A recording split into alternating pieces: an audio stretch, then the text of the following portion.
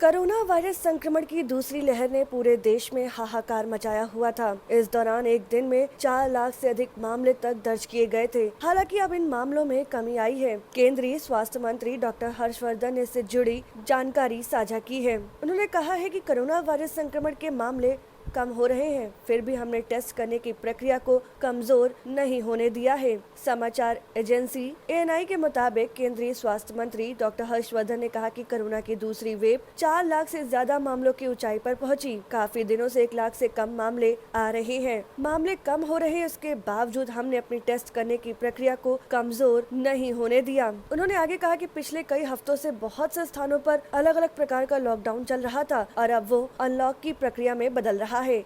इस अनलॉकिंग में पहली वेव के बाद हमने जो ढील दी थी वो गलती हमसे कहीं फिर ना हो जाए। और उस अनलॉकिंग में जो पहले फेज के बाद हमने जो ढील दी समाज के तौर पर, वो गलती अगर कहीं हमसे फिर ना हो जाए, इसलिए आज के इस कार्यक्रम को, जिसमें सारे दुनिया के लोगों का भी हम धन्यवाद करना चाहते हैं कि सेकंड हमारी वेव के समय सारे दुनिया के अंदर अनेकों देश वो तरह तरह की सहायता देने के लिए आगे आए।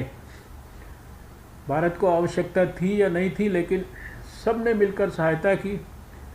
इंडियन रेड क्रॉस सोसाइटी के द्वारा उस सहायता को रिसीव करना, स्वास्थ्य मंत्रालय और एक्सटर्नल अफेयर्स मिनिस्ट्री के द्वारा उसको कोऑर्डिनेट करना, और फिर सारे देश में जहाँ जहाँ जो जो चीज़ों की आवश्यकता थी, मास्क तो उसका शायद सबसे साधारण उपकरण है लेकिन सबसे पोटेंट वेपन है। सबसे साधारण है लेकिन सबसे पोटेंट है ये। और बाकी चीज़ों को भी सारे देश में हमने सिस्टमैटिक ढंग से उनको बांटा।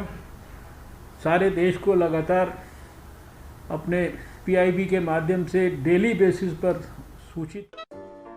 अगर आपको हमारा वीडियो पसंद आया हो तो इसे लाइक करें, सब्सक्राइब करें और साथ ही बेल आइकन दबाना ना भूलें।